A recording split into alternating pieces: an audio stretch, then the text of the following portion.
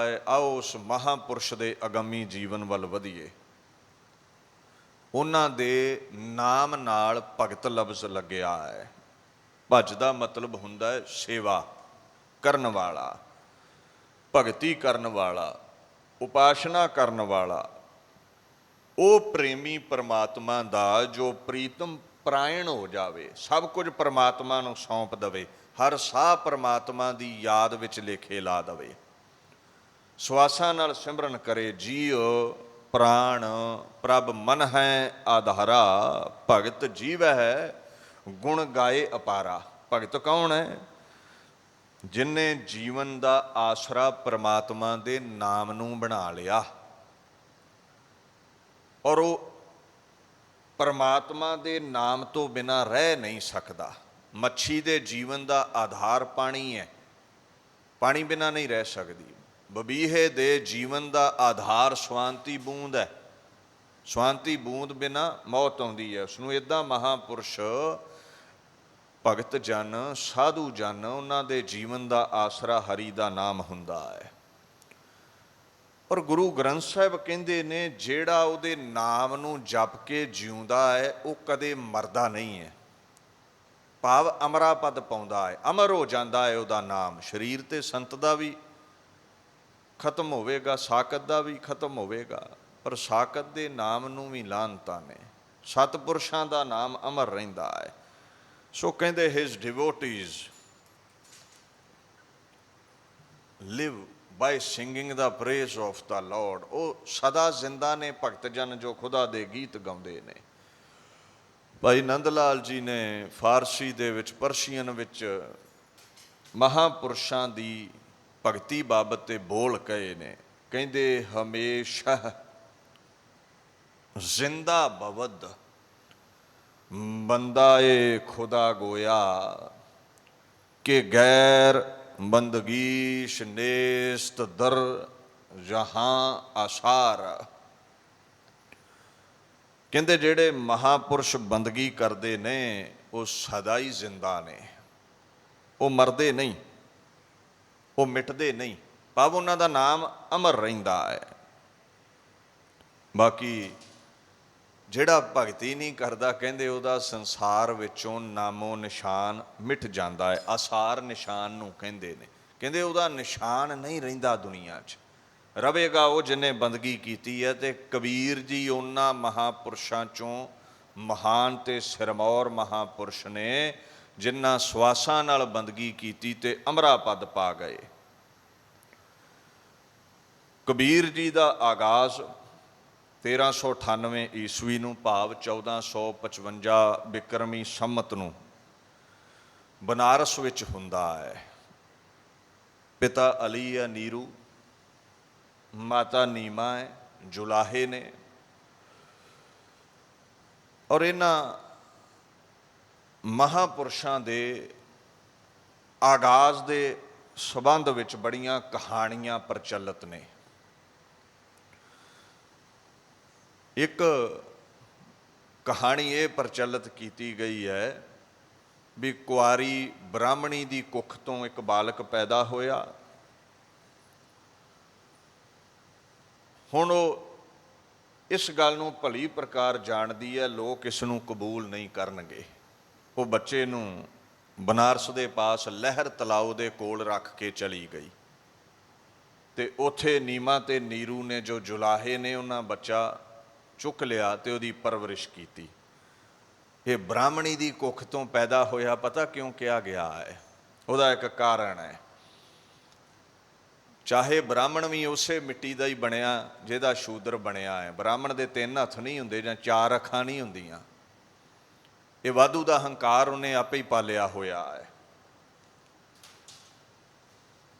हुण ब्राह्मण दी मनौत यह है भी चाहे कोई संत है, आलम है, फाजल है, विद्वान है, पंडित है, उज्जल बुद्धि है, ये केवल ब्राह्मणा घर ही पैदा हो सकते ने, शूद्रा घर पैदा नहीं होंदे।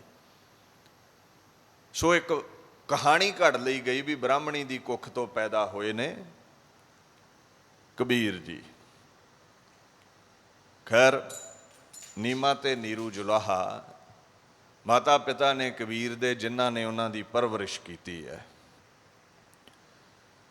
ਜੇ ਕਬੀਰ ਜੀ ਦੀ ਮਾਂ ਬ੍ਰਾਹਮਣੀ ਹੁੰਦੀ ਤੇ ਉਹਨਾਂ ਆਪਣੀ ਜਾਤ ਲੁਕੋਈ ਨਹੀਂ ਹੈ।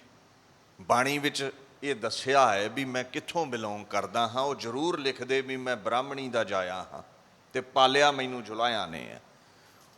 ਪੁੱਛੋ ਜੀ ਤੁਹਾਡੀ ਜਾਤ ਕਿਹੜੀ ਹੈ? ਕਹਿੰਦੇ ਜਾਤ ਜੁਲਾਹਾ, ਮਤ ਕਾ ਧੀਰ। ਕਹਿੰਦੇ ਮੇਰੀ ਜਾਤ ਜੁਲਾਹਾ ਹੈ। ਜੁਲਾਹਾ ਘਰ ਮੈਂ ਪੈਦਾ ਹੋਇਆ ਹਾਂ। I am a weaver by birth. ਜੰਮਣ ਤੋਂ ਮੇਰੀ ਜਾਤ ਜੁਲਾਹਾ ਹੈ। ਮੈਂ ਕਿਧਰੇ ਹੋਰ ਨਹੀਂ ਜੰਮਿਆ ਵੀ ਮੈਨੂੰ ਜੁਲਾਹਿਆਂ ਨੇ ਪਾਲਿਆ ਹੈ। ਪਰ ਇੱਕ ਗੱਲ ਤੈਅ ਹੈ, ਕਹਿੰਦੇ ਮੈਂ ਧੀਰਜਵਾਨ ਬੜਾ ਹਾਂ। ਮੈਂ ਧੀਰਜ ਦੇ ਧਾਰਨੇ ਵਾਲਾ ਹਾਂ, ਮਨ ਦਾ ਦ੍ਰਿੜ ਹਾਂ। ਮੈਂ ਸੰਤੋਖ ਵਿੱਚ ਰਹਿਣ ਵਾਲਾ ਹਾਂ। ਸਹਿਜ ਗੁਣ ਰਮੈ ਕਬੀਰ। ਪਰਮਾਤਮਾ ਦੇ ਗੀਤ ਮੈਂ ਗਾਉਂਦਾ ਰਹਿੰਦਾ ਹਾਂ, ਆਨੰਦ ਲੈਂਦਾ ਹਾਂ। ਹੁਣ ਜੇ ਕਬੀਰ ਜੀ ਬ੍ਰਾਹਮਣ ਹੁੰਦੇ ਨਾ ਤੇ ਉਹ ਕਦੇ ਨਾ ਕਹਿੰਦੇ ਮੇਰੀ ਜਾਤ ਨੀਵੀਂ ਹੈ ਜਿਸ ਕਰਕੇ ਲੋਕ ਮੇਰੇ ਤੇ ਹੱਸਦੇ ਸਨ। ਕਹਿੰਦੇ ਮੈਂ ਸ਼ੂਦਰ ਆ। ਦੁਨੀਆ ਦੀ ਵਰਣ ਵੰਡ ਅਨੁਸਾਰ ਇਹੀ ਠੱਪਾ ਲੱਗਾ ਕਹਿੰਦੇ ਮੇਰੇ ਤੇ। ਕਬੀਰ ਮੇਰੀ ਜਾਤ ਕਹੋ ਸਭ ਕੋ ਹਸਨੇ ਹਾਰ। ਬਲਿਹਾਰੀ ਇਸ ਜਾਤ ਕਹੋ ਜਿਹ ਜਪਿਓ ਸਿਰਜਣ ਹਾਰ। ਕਹਿੰਦੇ ਮੈਂ ਸ਼ੂਦਰ ਹਾਂ, ਜੁਲਾਹਾ ਹਾਂ, ਮੇਰੇ ਤੇ ਹੱਸਦੇ ਨੇ ਲੋਕ, ਮੇਰੀ ਜਾਤ ਤੇ ਹੱਸਦੇ ਨੇ। ਪਰ ਕਹਿੰਦੇ ਮੈਂ ਮਾਣ ਕਰਦਾ ਹਾਂ ਆਪਣੀ ਜਾਤ ਤੇ। ਪਰਮਾਤਮਾ ਨੇ ਮੈਨੂੰ ਇੱਥੇ ਜਨਮ ਦਿੱਤਾ ਤੇ ਮੈਂ ਰੱਬ ਦੇ ਗੀਤ ਗਾਏ ਨੇ। ਸਿਰਜਣਹਾਰ ਦਾ ਰੂਪ ਹੋ ਗਿਆ ਮੈਂ। ਉਹ ਤੇ ਸਾਫ਼ ਕਹਿ ਰਹੇ ਨੇ, ਉਹ ਆਪ ਹੀ ਖੰਡਨ ਕਰ ਰਹੇ ਨੇ ਇਸ ਮਿੱਥ ਦਾ ਵੀ ਬ੍ਰਾਹਮਣੀ ਦੇ ਗਰਭ ਤੋਂ ਪੈਦਾ ਹੋਏ ਨੇ। ਨਹੀਂ, ਜੁਲਾਹਿਆਂ ਦੇ ਘਰ ਪੈਦਾ ਹੋਏ ਤੇ ਪਰਵਰਿਸ਼ ਵੀ ਉੱਥੇ ਹੋਈ ਹੈ। ਕਹਿੰਦੇ ਵੈਸੇ ਮੈਂ ਪ੍ਰੋੜਤਾ ਨਹੀਂ ਕਰਦਾ ਜਾਤ ਪਾਤ ਦੀ, ਇਹ ਬ੍ਰਾਹਮਣ ਦੀ ਸਾਰੀ ਖੇਡ ਹੈ। ਵੈਸਮ ਵੈਸਾ ਵੀ ਹੋ ਗਿਆ ਨਾ। ਉਹ ਮੁਕੰਦੇ ਵਰਗੇ ਬ੍ਰਾਹਮਣ ਕਹਿੰਦੇ ਕਬੀਰ ਤੂੰ ਰਾਮ ਦੇ ਨਾਮ ਦਾ ਅਧਿਕਾਰੀ ਨਹੀਂ ਹੈ, ਤੇਰੀ ਜਾਤ ਨੀਵੀਂ ਹੈ। ਤੇ ਕਬੀਰ ਜੀ ਕਹਿੰਦੇ ਨੇ ਗਰਭ ਵਾਸ ਮਹਿ ਕੁਲ ਨਹੀਂ ਜਾਤੀ, ਬ੍ਰਹਮ ਬਿੰਦ ਤੇ ਸਭ ਉਤਪਾਤੀ। ਕਹੋ ਰੇ ਪੰਡਤ ਬਾਮਨ ਕਬ ਕੇ ਹੋਏ, ਬਾਮਨ ਕਹਿ ਕਹਿ ਜਨਮ ਮਤ ਖੋਏ। ਕਹਿੰਦੇ ਗਰਭ ਵਿੱਚ ਕੋਈ ਜਾਤ ਥੋੜਾ ਸੀ, ਕੋਈ ਜਾਤ ਨਹੀਂ ਸੀ। ਸਾਰੇ ਹੀ ਅਸੀਂ ਬ੍ਰਹਮ ਦੀ ਅੰਸ਼ ਹਾਂ, ਪਰਮਾਤਮਾ ਦੀ ਅੰਸ਼ ਹਾਂ। ਜਾਂ ਉਹ ਸਮਝ ਲਓ ਬਿੰਦ ਤੋਂ, ਪਿਤਾ ਦੇ ਪਲੀਤ ਕਤਰੇ ਤੋਂ ਹੀ ਬ੍ਰਾਹਮਣ ਪੈਦਾ ਹੁੰਦਾ ਤੇ ਉਹ ਤੋਂ ਹੀ ਸ਼ੂਦਰ ਪੈਦਾ ਹੁੰਦਾ ਹੈ। ਕਹਿੰਦੇ ਬ੍ਰਾਹਮਣ ਮੈਨੂੰ ਇਹ ਤੇ ਦੱਸ, ਫਿਰ ਇਹ ਜਿਹੜਾ ਜਾਤ ਵਾਲਾ ਛੱਜ ਬੰਨੀ ਫਿਰਦਾ ਹੈ ਨਾ ਤੂੰ, ਇਹ ਛਤਰ ਝੁਲਾਈ ਫਿਰਦਾ, ਇਹ ਕਦੋਂ ਤੋਂ ਹੈ? ਗਰਭ ਵਿੱਚ ਤੇ ਇਦਾਂ ਨਹੀਂ ਸੀ। ਕਹਿੰਦੇ ਦੇਖ ਮੈਂ ਬ੍ਰਾਹਮਣ, ਮੈਂ ਉੱਚਾ, ਮੇਰੀ ਜਾਤ ਉੱਚੀ, ਹੰਕਾਰ ਨਾ ਕਰ। ਜੀਵਨ ਅਜਾਈਂ ਗਵਾ ਰਿਹਾ ਹੈ, ਜਨਮ ਖੋ ਰਿਹਾ ਹੈ ਤੂੰ, ਕਿਉਂਕਿ ਹੰਕਾਰੀ ਪਰਮਾਤਮਾ ਦੀ ਪ੍ਰਾਪਤੀ ਨਹੀਂ ਕਰ ਸਕਦਾ। ਬਾਣੀ ਦਾ ਫਰਮਾਨ ਹੈ ਨਾ, ਹਰ ਜੀਓ ਹੰਕਾਰ ਨਾ ਭਾਵਈ, ਵੇਦ ਕੂਕ ਸੁਣਾਵੇਂ। ਵੇਦਾਂ ਨੇ ਕਿਹਾ ਹੈ ਤੇ ਤੈਨੂੰ ਜਾਤ ਦਾ ਹੰਕਾਰ ਹੈ। ਇੱਕ ਸ਼ਾਇਰ ਨੇ ਉਰਦੂ ਦੇ ਵਿੱਚ ਬੋਲ ਕਹੇ ਨੇ, ਜ਼ੁਬੀਨੇ ਸਿਜਦਾ ਮੇਂ को नैन की वसूअत समा जाए, अगर आज़ाद हो कैदे खुद ही से बंदगी अपनी। ਜ਼ੁਬੀਨ ਕਹਿੰਦੇ ਨੇ ਮੱਥੇ ਨੂੰ, ਲਿਲਾਟ ਨੂੰ। ਕੋ ਨੈਣ ਕਹਿੰਦੇ ਨੇ ਸਾਰਾ ਸੰਸਾਰ। ਵਸੂਅਤ ਕਹਿੰਦੇ ਨੇ ਲੰਬਾਈ ਚੌੜਾਈ ਨੂੰ। ਉਹ ਸ਼ਾਇਰ ਕਹਿੰਦਾ ਹੈ ਇਹ ਜਿਹੜੀ ਦੁਨੀਆ ਹੈ ਨਾ, ਇਹ ਜਿਹੜਾ ਸੰਸਾਰ ਹੈ, ਇਸ ਸੰਸਾਰ ਦੇ ਪਦਾਰਥ ਤੇ ਪਰਲੋਕ ਦੇ ਪਦਾਰਥ ਤੈਨੂੰ ਸਾਰੇ ਹੀ ਹਾਸਲ ਹੋ ਸਕਦੇ ਨੇ ਜਦੋਂ ਤੂੰ ਸਜਦਾ ਕਰੇ ਨਾ ਮੱਥਾ ਜ਼ਮੀਨ ਤੇ ਰੱਖੇ ਪ੍ਰਮਾਤਮਾ ਦੀ ਯਾਦ ਦੇ ਵਿੱਚ। ਤੇਰਾ ਜਿਹੜਾ ਅੰਦਰ ਕੈਦੇ ਖੁਦੀ, ਖੁਦੀ ਕਹਿੰਦੇ ਨੇ ਹੰਕਾਰ, ਹੰਕਾਰ ਤੋਂ ਤੇਰਾ ਅੰਦਰ ਆਜ਼ਾਦ ਹੋਵੇ। ਹੰਕਾਰ ਤੇਰੇ ਅੰਦਰ ਨਾ ਹੋਵੇ ਤੇ ਪ੍ਰਮਾਤਮਾ ਨੂੰ ਸਜਦਾ ਕਰੇ ਤੇ ਲੋਕ ਪਰਲੋਕ ਦੇ ਪਦਾਰਥ ਹੀ ਤੇਰੇ ਹੋ ਜਾਣ। ਜੇ ਅੰਦਰ ਹੰਕਾਰ ਹੈ ਤੇ ਪ੍ਰਮਾਤਮਾ ਨਹੀਂ ਮਿਲਦਾ। ਇਹ ਤੇ ਭਰੇ ਹੀ ਹੰਕਾਰ ਨਾ ਪਏ ਨੇ, ਅਸੀਂ ਬ੍ਰਾਹਮਣ, ਅਸੀਂ ਬ੍ਰਹਮ ਦੀ ਵਿਚਾਰ ਕਰਨ ਵਾਲੇ ਆ। ਇਹ ਕਹਿੰਦੇ ਕਿਧਰੇ ਨਹੀਂ ਪਹੁੰਚੇ। ਕਬੀਰ ਜੀ ਕਹਿੰਦੇ ਜਾਉ ਤੂੰ ਬ੍ਰਾਹਮਣ ਬ੍ਰਾਹਮਣੀ ਜਾਇਆ, ਤਉ ਆਨ ਬਾਟ ਕਾਹੇ ਨਹੀਂ ਆਇਆ। ਤੁਮਕਤ ਬ੍ਰਾਹਮਣ ਹਮਕਤ ਸੂਦ, ਹਮਕਤ ਲੋਹੂ ਤੁਮਕਤ ਦੂਧ। ਕਹੋ ਕਬੀਰ ਜੋ ਬ੍ਰਹਮ ਵਿਚਾਰੈ, ਸੋ ਬ੍ਰਾਹਮਣ ਕਹੀਅਤ ਹੈ ਹਮਾਰਾ। ਕਹਿੰਦੇ ਦੇਖ, ਮੈਂ ਵਰਣ ਵੰਡ ਨੂੰ ਮੰਨਣ ਤੋਂ ਇਨਕਾਰੀ ਹਾਂ। ਕਹਿੰਦੇ ਬ੍ਰਾਹਮਣ ਜੇ ਤੇਰਾ ਸਰੀਰ ਚੀਰੀਏ ਤੇ ਲਹੂ ਹੀ ਨਿਕਲੇਗਾ ਨਾ। ਮੇਰਾ ਸਰੀਰ ਚੀਰ ਕੇ ਵੇਖ ਲਾ, ਇੱਥੇ ਵੀ ਲਹੂ ਹੈ। ਤੇਰੇ ਕਿਹੜਾ ਦੁੱਧ ਨਿਕਲਦਾ ਹੈ ਸਰੀਰ ਚੀਰਿਆ। ਆਖਣ ਲੱਗੇ ਦੇਖ, ਤੇਰਾ ਸਰੀਰ ਹੱਡ ਮਾਸ ਦਾ ਬਣਿਆ ਹੈ, ਅੰਦਰ ਦੁਰਗੰਧ ਹੈ, ਤੇ ਮੇਰਾ ਸਰੀਰ ਵੀ ਇਸੇ ਤਰ੍ਹਾਂ ਦਾ ਹੀ ਬਣਿਆ ਹੈ। ਸਰੀਰਕ ਤਲ ਤੇ ਆਪਣੇ ਬ੍ਰਾਹਮਣ ਹੋਣ ਦਾ ਜੇ ਕੋਈ ਸਬੂਤ ਹੈ ਤੇ ਮੈਨੂੰ ਦੇ। ਕਹਿੰਦੇ ਫਰਕ ਮਨ ਵਿੱਚ ਹੁੰਦਾ ਏ, ਸੋਚਣੀ ਵਿੱਚ ਹੁੰਦਾ ਹੈ, ਵਿਚਾਰਾਂ ਵਿੱਚ ਹੁੰਦਾ ਹੈ। ਜਿਸ ਦੇ ਵਿਚਾਰਾਂ ਵਿੱਚ ਖੁਦਾਇਆ ਹੈ, ਪਰਮ ਈਸ਼ਵਰ ਹੈ, ਬ੍ਰਹਮ ਹੈ, ਉਹੀ ਅਸਲ ਬ੍ਰਾਹਮਣ ਹੈ।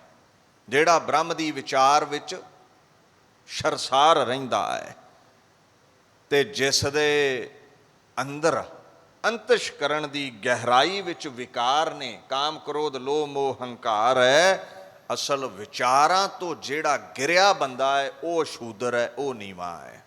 ਸੋ ਸਰੀਰ ਦੇ ਤਲ ਤੇ ਨਾ ਤੂੰ ਉੱਚਾ ਤੇ ਨਾ ਮੈਂ ਨੀਵਾਂ। ਵਿਚਾਰ ਦੇ ਤਲ ਤੇ ਇਹ ਠੀਕ ਹੈ। ਜਿਹਦੀ ਸੋਚ ਮਾੜੀ ਹੈ ਉਹ ਸ਼ੂਦਰ ਹੈ, ਜਿਹਦੀ ਸੋਚ ਚੰਗੀ ਹੈ, ਬ੍ਰਹਮ ਵਿੱਚ ਅਭੇਦ ਹੈ, ਜਿਹੜਾ ਉਹ ਬ੍ਰਾਹਮਣ ਹੈ। ਕਲਗੀਧਰ ਪਾਤਸ਼ਾਹ ਨੇ ਦਸਮ ਬਾਣੀ ਵਿੱਚ ਵੀ ਇਹੀ ਕਿਹਾ ਹੈ। ਕਹਿੰਦੇ ਹਿੰਦੂ ਤੁਰਕ ਕੋ ਰਾਫ ਜੀ ਇਮਾਮ ਸਾਫੀ, ਮਾਨਸ ਕੀ ਜਾਤ ਸਭੈ ਏਕੈ ਪਹਿਚਾਨ ਬੋ। ਕਰਤਾ ਕਰੀਮ ਸੋਈ ਰਾਜਕ ਰਹੀਮ ਓਈ, ਦੂਸਰੋ ਨਾ ਭੇਦ ਕੋਈ ਭੂਲ ਭ੍ਰਮ ਮਾਨ ਬੋ। ਕਰਤਾ ਕਰੀਮ ਸਾਰਿਆਂ ਨੂੰ ਬਣਾਉਣ ਵਾਲਾ ਹੈ। ਚਾਹੇ ਤੂੰ ਹਿੰਦੂ ਹੈ, ਤੁਰਕ ਹੈ, ਤੂੰ ਸਿੱਖ ਹੈ, ਈਸਾਈ ਹੈ, ਤੂੰ ਕੋਈ ਵੀ ਹੈ। ਮਾਨਸ ਦੀ ਜਾਤ ਇੱਕੋ ਹੀ ਹੈ। ਸਾਰੇ ਹੀ ਮਾਸ ਤੋਂ ਬਣੇ ਨੇ, ਸਾਰੇ ਹੀ ਬਿੰਦ ਤੋਂ ਬਣੇ ਨੇ, ਸਾਰੇ ਹੀ ਪ੍ਰਮਾਤਮਾ ਨੇ ਪੈਦਾ ਕੀਤੇ ਨੇ। ਸਾਰਿਆਂ ਦਾ ਘਾੜਨਹਾਰ ਪ੍ਰਮਾਤਮਾ ਹੀ ਹੈ। ਸੋ ਜਾਤ ਪਾਤ ਦਾ ਉਹਨਾਂ ਮਹਾਂਪੁਰਸ਼ਾਂ ਖੰਡਨ ਕੀਤਾ ਹੈ। ਸਿੱਖ ਜਗਤ ਦੇ ਸਿਧਾਂਤ ਵੀ ਐਸੇ ਸਨ। ਇਸੇ ਕਰਕੇ ਤੇ ਕਬੀਰ ਜੀ ਦੀ ਬਾਣੀ ਨੂੰ ਗੁਰੂ ਗ੍ਰੰਥ ਸਾਹਿਬ ਦੀ ਗੋਦ ਵਿੱਚ ਜਗ੍ਹਾ ਮਿਲੀ। ਗੁਰਾਂ ਨੇ ਆਪਣਾ ਰੂਪ ਸਮਝਿਆ। ਹੁਣ ਜਿਹੜੇ ਭਗਤ ਨੇ ਨਾ, ਹਰ ਸਦੀ ਵਿੱਚ ਪੈਦਾ ਹੁੰਦੇ ਨੇ। ਜੁਗ ਜੁਗ ਭਗਤ ਪਿਆਰੇ, ਹਰ ਆਪ ਸਵਾਰੇ ਆਪੇ ਭਗਤੀ ਲਾਏ। ਹਰ ਯੁੱਗ ਵਿੱਚ ਪੈਦਾ ਹੁੰਦੇ ਨੇ। ਪਰਮਾਤਮਾ ਆਪ ਭਗਤੀ ਕਰਾਉਂਦਾ ਹੈ, ਆਪ ਉਹਨਾਂ ਦਾ ਨਾਮ ਪ੍ਰਗਟ ਕਰਦਾ ਹੈ। ਜਦੋਂ ਕਬੀਰ ਜੀ ਦਾ ਆਗਾਜ਼ ਹੋਇਆ, ਇਹ ਸਮਾਂ ਭਗਤੀ ਕਾਲ ਦਾ ਸੀ। ਭਗਤ ਸ਼੍ਰੇਣੀ ਚੋਂ ਸਿਰਮੌਰ ਮਹਾਂਪੁਰਸ਼ ਹੋਏ ਨੇ ਔਰ ਬੜੇ ਬੇਬਾਕ ਵਿਚਾਰ ਨੇ ਉਹਨਾਂ ਦੇ। ਹਰ ਪਹਿਲੂ ਤੇ ਉਹਨਾਂ ਵਿਚਾਰ ਰੱਖੇ ਹੈ। ਚਾਹੇ ਉਹ ਧਾਰਮਿਕ ਜੀਵਨ ਹੈ, ਚਾਹੇ ਰਾਜਨੀਤਿਕ ਜੀਵਨ ਹੈ, ਚਾਹੇ ਸਮਾਜਿਕ ਗੱਲਾਂ ਨੇ, ਹਰ ਪ੍ਰਾਣੀ ਨੂੰ ਉਹਨਾਂ ਸੇਧ ਦਿੱਤੀ ਹੈ। ਆਪ ਉਹ ਨਿਰਗੁਣ ਅਕਾਲ ਪੁਰਖ ਦੇ ਉਪਾਸ਼ਕ ਸਨ, ਸੱਚ ਤੇ ਚੱਲਣ ਵਾਲੇ ਸਨ, ਖਾੜਕੂ ਭਗਤ ਹੋਏ ਨੇ। ਪਖੰਡ ਦਾ ਉਹਨਾਂ ਖੰਡਨ ਕੀਤਾ ਹੈ, ਚਾਹੇ ਕਿਸੇ ਵੀ ਧਰਮ ਵਿੱਚ ਹੋਵੇ। ਕਹਿੰਦੇ ਜਿਹੜੇ ਮਹਾਂਪੁਰਸ਼ਾਂ ਦੇ ਬਚਨ ਹੁੰਦੇ ਨੇ ਨਾ, ਉੱਤਮ ਸ਼ਲੋਕ ਸਾਧ ਕੇ ਬਚਨ ਅਮੂਲੀਕ ਲਾਲ ਇਹ ਰਤਨ, ਸੁਨਤ ਕਮਾਵਤ ਹੋਤ ਉਧਾਰ, ਆਪ ਤਰੈ ਲੋਕੈ ਨਿਸਤਾਰ। ਜਿਹੜਾ ਮਹਾਂਪੁਰਸ਼ਾਂ ਦੇ ਬਚਨ ਕਮਾ ਲੈਂਦਾ ਹੈ ਉਹਦਾ ਉਧਾਰ ਹੋਵੇਗਾ। ਉਹ ਰੋਗ ਸੋਗ ਤੋਂ 84 ਲੱਖ ਜੂਨਾਂ ਤੋਂ ਮੁਕਤ। ਜਿਹੜਾ ਇਹਨਾਂ ਭਗਤਾਂ ਦੇ ਬੋਲ ਸੁਣ ਲੈਂਦਾ ਹੈ ਉਹਦਾ ਵੀ ਉਧਾਰ ਹੁੰਦਾ ਹੈ। ਤੇ ਕਹਿੰਦੇ ਜਿਹੜਾ ਇਹਨਾਂ ਮਹਾਂਪੁਰਸ਼ਾਂ ਦੀ ਸੰਗਤ ਬਹਿੰਦਾ ਹੈ ਨਾ, ਆਪ ਤੇ ਤਰਦਾ ਹੀ ਹੈ, ਲੋਕਾਂ ਨੂੰ ਵੀ ਤਾਰ ਦਿੰਦਾ ਹੈ। ਉਹ ਨਿਜ਼ਾਤ ਹਾਸਲ ਕਰ ਲੈਂਦਾ ਹੈ। ਸੋ ਬੜੇ ਅਗੰਮੀ ਬੋਲ, ਬੜੀ ਅਗੰਮੀ ਬਾਣੀ ਹੈ ਭਗਤ ਕਬੀਰ ਜੀ ਦੀ। ਦੁਨੀਆ ਵਿੱਚ ਹਰ ਸ਼੍ਰੇਣੀ ਨੂੰ ਉਹਨਾਂ ਸਿੱਖਿਆ ਦਿੱਤੀ, ਹਰ ਵਰਣ ਨੂੰ ਸਿੱਖਿਆ ਦਿੱਤੀ, ਸੱਜਣ ਤੇ ਦੁਸ਼ਮਣ ਨੂੰ ਸਿੱਖਿਆ ਦਿੱਤੀ। ਔਰ ਉਹਨਾਂ ਦੀ ਬਾਣੀ ਪਾਰ ਉਤਾਰਾ ਕਰਨ ਵਾਲੀ ਹੈ, ਮੁਕਤੀ ਪ੍ਰਦਾਨ ਕਰਨ ਵਾਲੀ ਹੈ। ਛੋਟੇ ਨੇ, ਜੇ ਬੱਚਿਆਂ ਵਿੱਚ ਵੀ ਖੇਡਦੇ ਨੇ ਨਾ, ਰੁਚੀ ਖੇਡ ਵਿੱਚ ਨਹੀਂ, ਰੱਬ ਦੇ ਗੀਤ ਗਾਉਣ ਵਿੱਚ ਹੈ। ਬਚਪਨ ਵੀ ਪਰਮਾਤਮਾ ਦੇ ਗੀਤ ਗਾਉਂਦਿਆਂ ਹੀ ਲੰਘਿਆ ਹੈ। ਛੋਟੀ ਉਮਰੇ ਹੀ ਇਹ ਅਗੰਮੀ ਬੋਲ ਉਹਨਾਂ ਅੰਦਰੋਂ ਪ੍ਰਗਟ ਹੋਣ ਲੱਗ ਪਏ ਸਨ।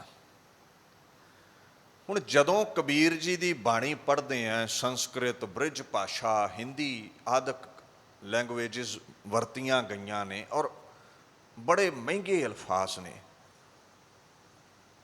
ਤੇ ਬੰਦਾ ਸਹਿ ਸੁਭਾਅ ਸੋਚਦਾ ਹੈ ਵੀ ਬੜੀ ਉੱਤਮ ਵਿੱਦਿਆ ਹਾਸਲ ਕੀਤੀ ਹੋਵੇਗੀ। ਇੱਥੇ ਆਪਾਂ ਭੁਲੇਖਾ ਖਾ ਜਾਂਦੇ ਹਾਂ। ਚਾਹੇ ਉਹ ਵਿਦਿਅਕ ਦਾਇਰੇ ਸਨ, ਚਾਹੇ ਉਹ ਧਾਰਮਿਕ ਮੰਦਰ ਸਨ, ਸ਼ੂਦਰਾਂ ਲਈ, ਵੈਸ਼ਾਂ ਲਈ ਇਹ ਦਰਵਾਜ਼ੇ ਸਦਾ ਲਈ ਬੰਦ ਸਨ। ਕਿਉਂਕਿ ਭਾਰਤ ਵਿੱਚ ਵਰਣ ਪ੍ਰਥਾ ਚੱਲਦੀ ਸੀ, ਜਿੱਥੇ ਛਤਰੀ ਤੇ ਬ੍ਰਾਹਮਣ ਹੀ ਵਿੱਦਿਆ ਗ੍ਰਹਿਣ ਕਰ ਸਕਦੇ ਸਨ। ਸ਼ੂਦਰ ਮੰਦਰ ਵਿੱਚ ਨਹੀਂ ਸੀ ਵੜ ਸਕਦਾ, ਸ਼ੂਦਰ ਵਿਦਿਅਕ ਦਾਇਰਿਆਂ ਵਿੱਚ ਨਹੀਂ ਸੀ ਵੜ ਸਕਦਾ। ਇਹ ਹੱਕ ਖੋਹ ਲਿਆ ਗਿਆ ਸੀ ਸ਼ੂਦਰ ਕੋਲੋਂ, ਧਾਰਮਿਕ ਵਿੱਦਿਆ ਹੋਵੇ ਜਾਂ ਦੁਨਿਆਵੀ ਵਿੱਦਿਆ ਹੋਵੇ। ਹੁਣ ਤੁਸੀਂ ਇਸ ਗੱਲ ਦਾ ਖਿਆਲ ਰੱਖਿਓ, ਜਿਹੜਾ ਬੰਦੇ ਦਾ ਬੌਧਿਕ ਵਿਕਾਸ ਹੁੰਦਾ ਹੈ ਨਾ, ਉਹ ਸਕੂਲ ਕਾਲਜਿਸ ਦੇ ਵਿੱਚ ਹੀ ਹੁੰਦਾ ਹੈ, ਵਿਦਿਅਕ ਮੰਦਰਾਂ ਵਿੱਚ ਹੀ ਹੁੰਦਾ ਹੈ। ਤੇ ਜਿਹੜੀ ਅੰਦਰ ਦੀ ਬਾਤ ਹੈ, ਅਧਿਆਤਮਕ ਉਡਾਰੀ ਦੀ ਬਾਤ ਹੈ, ਉਹ ਧਾਰਮਿਕ ਮੰਦਰਾਂ 'ਚੋਂ ਸਾਨੂੰ ਹਾਸਲ ਹੁੰਦੀ ਹੈ। ਤੇ ਜਿਹਦੇ ਲਈ ਦੋਵੇਂ ਹੀ ਦਰਵਾਜ਼ੇ ਹੋ ਗਏ ਬੰਦ, ਨਾ ਉਹ ਵਿੱਦਿਆ ਹੀ ਪੜ੍ਹੇ, ਨਾ ਉਹ ਅਧਿਆਤਮਕ ਪੱਖ ਤੋਂ ਹੀ ਡਿਵੈਲਪ ਹੋ ਸਕੇ, ਨਾ ਉਸ ਨੂੰ ਕੋਈ ਦੁਨਿਆਵੀ ਗਿਆਨ, ਨਾ ਉਸ ਨੂੰ ਅਧਿਆਤਮਿਕਤਾ ਦਾ ਗਿਆਨ, ਪਰਮਾਰਥ ਦਾ ਗਿਆਨ। ਹੁਣ ਉਹਦਾ ਜਿਹੜਾ ਪੱਧਰ ਹੈ ਅਧਿਆਤਮਕ ਤੌਰ ਤੇ, ਬੌਧਿਕ ਤੌਰ ਤੇ, ਆਪਾਂ ਜਾਣਦੇ ਹੀ ਹਾਂ ਬਹੁਤਾ ਉੱਚਾ ਨਹੀਂ ਹੋ ਸਕਦਾ। ਪਰ ਕਬੀਰ ਜੀ ਦੀ ਬਾਣੀ ਜਦੋਂ ਅਸੀਂ ਧਿਆਨ ਨਾਲ ਪੜ੍ਹਦੇ ਹਾਂ, ਐਸੇ ਐਸੇ ਮੁਬਾਰਕ ਅਲਫਾਜ਼ ਉਸ ਮਹਾਂਪੁਰਸ਼ ਨੇ ਵਰਤੇ ਨੇ। ਉਹ ਜਾਪਦਾ ਹੈ ਵਿੱਦਿਆ ਵਿੱਚ ਸਰਸਾਰ ਸਨ। ਉਹਨਾਂ ਨੇ ਵਿੱਦਿਆ ਕਾਹਦੇ ਲਈ ਵਰਤੀ? ਵਿੱਦਿਆ ਵਿਚਾਰੀ ਤਾਂ ਪਰਉਪਕਾਰੀ, ਪਰਉਪਕਾਰ ਲਈ ਵਰਤੀ, ਦੁਨੀਆ ਤੇ ਭਲਾ ਕਰਨ ਲਈ ਵਰਤੀ। ਇਹਦਾ ਮਤਲਬ ਧੁਰੋਂ ਹੀ ਬਾਬਾ ਪੜ੍ਹਿਆ ਹੀ ਆਇਆ ਸੀ। ਉਹ ਵਿੱਦਿਆ ਤੈਨੂੰ ਪੜ੍ਹਾਈ ਨਹੀਂ ਗਈ, ਉਹਨੂੰ ਪੜ੍ਹਨ ਦਿੱਤਾ ਨਹੀਂ ਗਿਆ, ਮੰਦਰਾਂ ਵਿੱਚ ਉਹਨੂੰ ਜਾਣ ਨਹੀਂ ਦਿੱਤਾ ਗਿਆ। ਇਹ ਹੈ ਪਰਮਾਤਮਾ ਦੀ ਬਖਸ਼ਿਸ਼, ਉਹਨਾਂ ਦੇ ਅੰਦਰੋਂ ਗੀਤ ਫੁੱਟ ਪਏ। ਤੁਸੀਂ ਦੁਨਿਆਵੀ ਵਿੱਦਿਆ ਕੱਲੀ ਕੱਲੀ ਸਿੱਖਦੇ ਹੋ ਔਰ ਮਿਹਨਤ ਮੁਸ਼ੱਕਤ ਘਾਲ ਕੇ ਉਹਦੇ ਤੇ ਪਕੜ ਬਣਾ ਲੈਂਦੇ ਹੋ, ਪਰ ਫਿਰ ਵੀ ਬ੍ਰਹਮ ਦੀ ਵਿੱਦਿਆ ਹਾਸਲ ਨਹੀਂ ਹੁੰਦੀ ਤੁਹਾਨੂੰ। ਪਰ ਜਿਹਦੇ ਕੋਲ ਬ੍ਰਹਮ ਦੀ ਵਿੱਦਿਆ ਹੈ, ਨਾਮ ਅਭਿਆਸ ਹੈ, ਜਿਹਦੇ ਕੋਲ ਚੌਂਕੜਾ ਹੈ, ਉਹਦੇ ਕਪਾਟ ਖੁੱਲ੍ਹ ਜਾਂਦੇ ਨੇ, ਉਹਦੇ ਕੋਲ ਸਭ ਵਿੱਦਿਆਵਾਂ ਆਪੇ ਹੀ ਆ ਜਾਂਦੀਆਂ ਨੇ। ਉਹ ਦੁਨੀਆ ਦੇ ਹਰ ਕੋਨੇ ਬਾਬਤ ਜਾਣੂ ਹੋ ਜਾਂਦਾ ਹੈ। ਗੁਰੂ ਨਾਨਕ ਸਾਹਿਬ ਬ੍ਰਹਮ ਦਾ ਸਰੂਪ ਨੇ। ਹੁਣ ਮਹਾਰਾਜ ਦੇ ਕੋਲ ਕਿਹੜਾ ਉੱਥੇ ਟੈਲੀਸਕੋਪ ਫੜਿਆ ਹੈ ਵੀ ਉਹਨਾਂ ਨੇ ਧਰਤੀਆਂ ਗਿਣ ਦਿੱਤੀਆਂ ਤੇ ਪਾਤਾਲ ਆਕਾਸ਼ ਗਿਣ ਦਿੱਤੇ। ਇਹ ਤਰਕਾਲ ਦੀ ਸੋਝੀ ਹੈ ਪਾਤਸ਼ਾਹ ਨੂੰ, ਤਾਂ ਕਹਿੰਦੇ ਨੇ ਧਰਤੀ ਹੋਰ ਪਰੈ ਹੋਰ, ਹੋਰ ਹੋਰ ਵੀ ਬੜੀਆਂ ਧਰਤੀਆਂ ਨੇ। ਹੁਣ ਤਾਰੇ, ਇਹ ਗ੍ਰਹਿ, ਇਹ ਮੰਡਲ, ਇਹ ਖੰਡ, ਇਹ ਬ੍ਰਹਿਮੰਡ ਅੰਦਰ ਜੋ ਟੁਕੜੇ ਨੇ ਟੈਲੀਸਕੋਪ ਨਾਲ ਦਿਖਦੇ ਨੇ। ਹੋਰ ਧਰਤੀ ਵੀ ਹੈ, ਇਹ ਸਾਇੰਸ ਨਹੀਂ ਜਾਣ ਸਕੀ, ਪਰ ਗੁਰੂ ਨਾਨਕ ਸਾਹਿਬ ਕਹਿੰਦੇ ਹੈ, ਹੌਲੀ ਹੌਲੀ ਲੱਭ ਜਾਵੇਗੀ ਬੰਦੇ ਨੂੰ। ਸੋ ਇਹ ਤਿੰਨਾਂ ਲੋਕਾਂ ਦੀ ਸੋਝੀ ਹੁੰਦੀ ਹੈ। ਕਬੀਰ ਜੀ ਦੇ ਬੋਲਾਂ 'ਚੋਂ ਇਹ ਗੱਲ ਸਾਫ਼ ਸਮਝ ਪੈਂਦੀ ਹੈ ਵੀ ਅਕਾਲ ਪੁਰਖ ਨੇ ਬਾਣੀ ਦਾ ਝਰਨਾ ਅੰਦਰੋਂ ਪ੍ਰਗਟ ਕਰ ਦਿੱਤਾ ਉਹਨਾਂ ਕੋਲ ਵਿੱਦਿਆ ਨਹੀਂ ਸੀ ਪੜ੍ਹੀ। ਹੁਣ ਜਿਨ੍ਹਾਂ ਜੁਲਾਹਿਆਂ ਦੇ ਘਰ ਜਨਮ ਹੋਇਆ ਹੈ ਨਾ, ਨੀਰੂ ਤੇ ਨੀਮਾ, ਇਹ ਮੁਸਲਮਾਨ ਨੇ। ਔਰ ਇਹ ਆਪਾਂ ਜਾਣਦੇ ਹੀ ਹਾਂ, ਭਾਰਤ ਦੇ ਜਿੰਨੇ ਵੀ ਮੁਸਲਮਾਨ ਨੇ ਤਕਰੀਬਨ ਅਫਗਾਨੀਆਂ ਨੇ ਆ ਕੇ, ਮਹਿਮੂਦ ਗਜ਼ਨਵੀ ਵਰਗਿਆਂ ਨੇ ਆ ਕੇ ਹਿੰਦੂਆਂ ਨੂੰ ਹੀ ਕਨਵਰਟ ਕੀਤਾ ਸੀ, ਮੁਸਲਮਾਨ ਬਣਾਇਆ। ਸੋ ਇਹਨਾਂ ਵਿੱਚ ਬਹੁਤੀ ਕੱਟੜਤਾ ਹੀ ਨਹੀਂ ਸੀ। ਇਹਨਾਂ ਚਲੋ ਜਿੰਨੀ ਕੁ ਹੋ ਸਕਿਆ ਇਸਲਾਮ ਦੀ ਮੱਤ ਕਬੀਰ ਜੀ ਨੂੰ ਦਿੱਤੀ, ਪਰ ਅਸਲ ਵਿੱਚ ਕਬੀਰ ਜੀ ਦਾ ਝੁਕਾਅ ਸਨਾਤਨ ਮੱਤ ਵੱਲ ਸੀ। ਇਸੇ ਕਰਕੇ ਹੀ ਉਹਨਾਂ ਭਗਤ ਰਾਮਾਨੰਦ ਜੀ ਨੂੰ ਗੁਰੂ ਧਾਰਿਆ ਹੈ। ਮੈਂ ਇੱਕ ਉਦਾਹਰਣ ਦਿੰਦਾ ਤੁਹਾਡੇ ਸਨਮੁਖ। ਦਬਿਸਤਾਨੇ ਮਜ਼ਾਹਿਬ, ਇਹ ਜਿਹੜੀ ਪੁਸਤਕ ਹੈ ਨਾ, ਇਹਦੇ ਵਿੱਚ ਵੀ ਇਹ ਜ਼ਿਕਰ ਕਰਦੇ ਨੇ ਵੀ ਜਿਹੜਾ ਕਬੀਰ ਸੀ ਨਾ, ਹੀ ਵਾਜ਼ ਅ ਡਿਸਿਪਲ of Ramanand. Ramanand ji the follower ਸੀ ਇਹ, ਔਰ ਉਹਨਾਂ ਨੂੰ ਇਸਨੇ ਗੁਰੂ ਧਾਰਿਆ ਸੀ। ਉਹਨਾਂ ਕੋਲੋਂ ਉਪਦੇਸ਼ ਲੈਣਾ ਕੀਤਾ ਸੀ। ਰਾਮਾਨੰਦ ਜੀ ਨੂੰ ਗੁਰੂ ਧਾਰ ਕੇ ਇਹ ਪਹਿਲਾਂ ਵੈਰਾਗੀ ਮੱਤ ਦੇ ਵਿੱਚ ਸ਼ਾਮਲ ਹੋਏ ਨੇ, ਵੈਸ਼ਨਵ ਮੱਤ ਦੇ ਵਿੱਚ ਸ਼ਾਮਲ ਹੋਏ ਨੇ।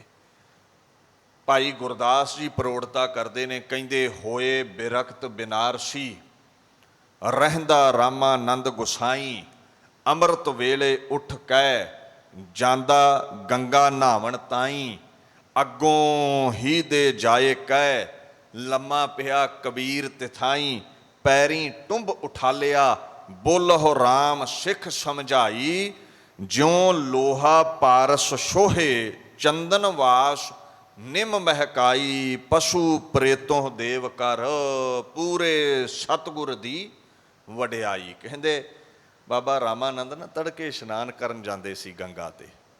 ਹੁਣ ਕਬੀਰ ਜੀ ਜਾਣਦੇ ਨੇ ਮੈਂ ਵਰਣ ਵੰਡ ਅਨੁਸਾਰ ਸ਼ੂਦਰ ਹਾਂ, ਮੈਨੂੰ ਉਪਦੇਸ਼ ਨਹੀਂ ਦੇਣਾ ਇਹਨਾਂ। ਇਹ ਬੜਾ ਡੂੰਘਾਈ ਦਾ ਮਸਲਾ ਸੀ ਉਸ ਸਮੇਂ।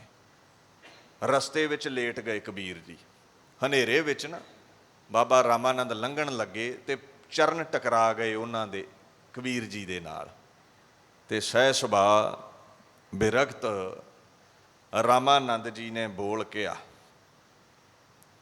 ਕਹਿੰਦੇ ਉੱਠ ਰਾਮ ਕੇ ਰਾਮ ਕਹੋ।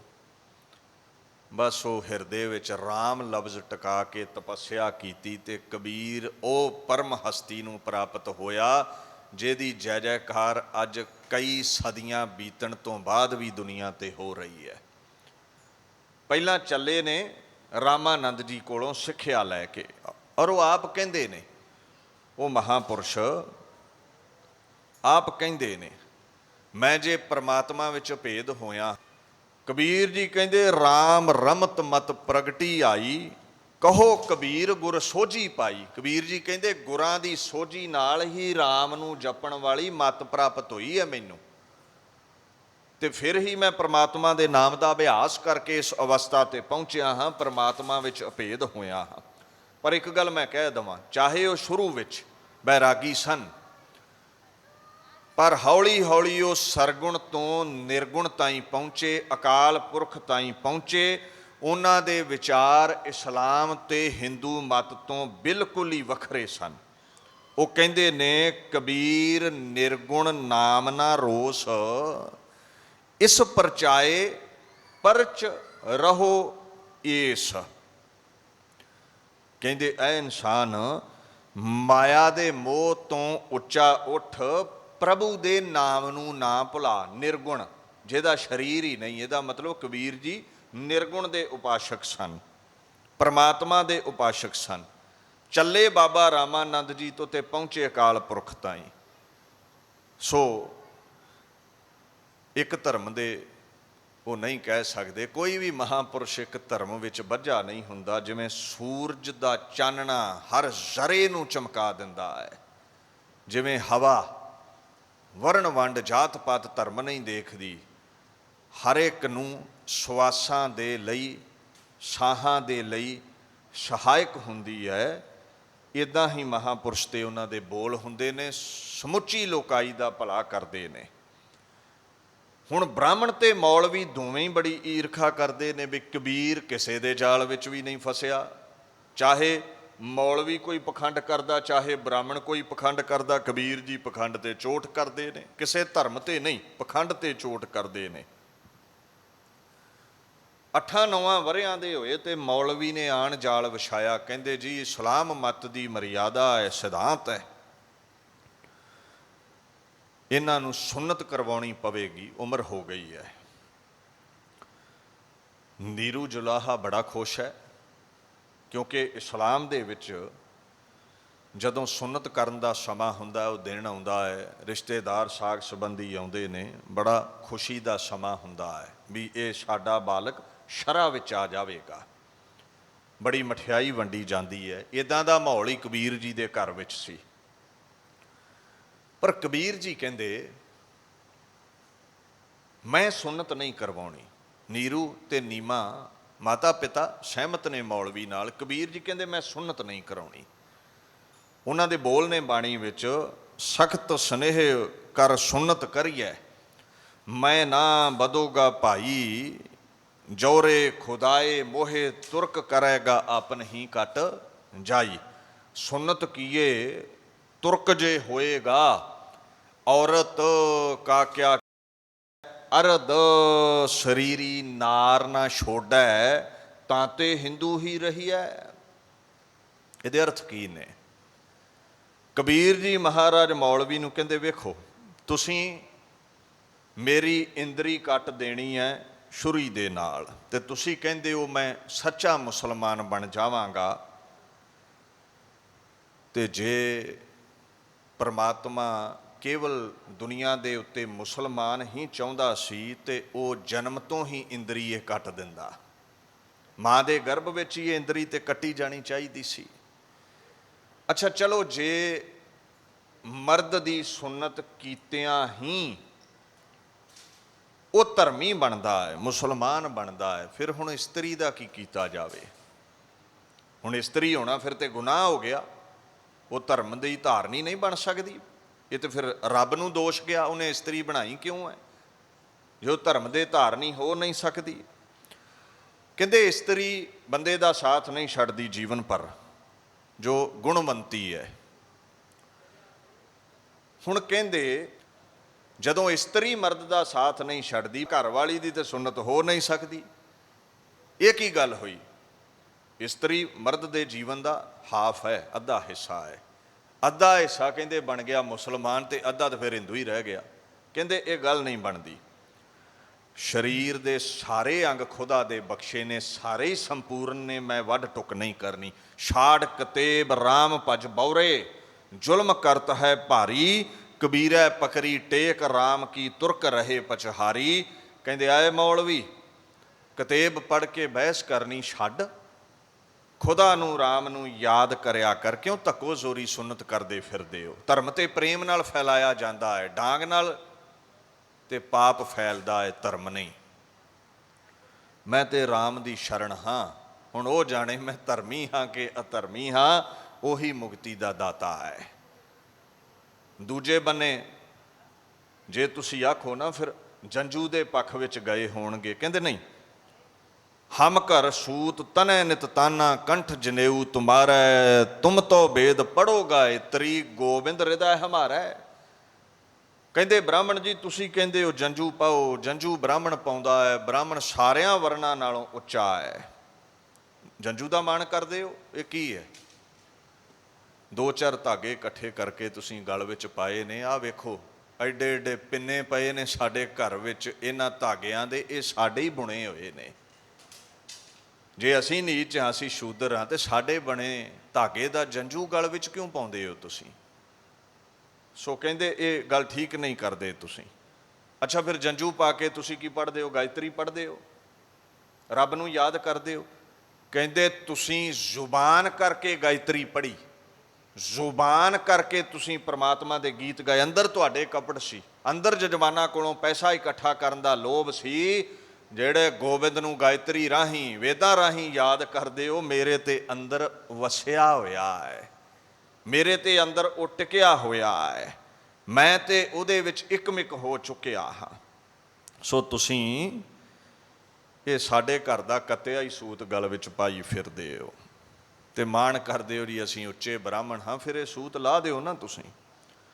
ਸੋ ਐਸੇ ਉਹਨਾਂ ਦੇ ਅਗੰਮੀ ਉਪਦੇਸ਼ ਸਨ। ਕਹਿੰਦੇ ਮੇਰੀ ਜਿਹਬਾ ਬਿਸ਼ਨ ਨੈਣ ਨਾਰਾਇਣ, ਹਿਰਦੈ ਬਸੈ ਗੋਬਿੰਦਾ, ਜਮ ਦੁਆਰ ਜਬ ਪੂਛਸ ਬਵਰੇ ਤਬ, ਕਿਆ ਕਹਿਸ ਮੁਕੰਦਾ। ਉਹ ਮੁਕੰਦੇ ਬ੍ਰਾਹਮਣ, ਪਰਮਾਤਮਾ ਮਨ ਵੇਂਦਾ ਹੈ, ਤਨ ਨਹੀਂ ਵੇਂਦਾ। ਉਹ ਅੰਦਰ ਤੁਹਾਡੇ ਨਹੀਂ ਟਿਕਿਆ। ਜਦੋਂ ਸਮਾਂ ਆਇਆ, ਦਰਗਾਹ ਵਿੱਚ ਫੈਸਲਾ ਹੋਇਆ, ਕੀ ਆਖੋਗੇ?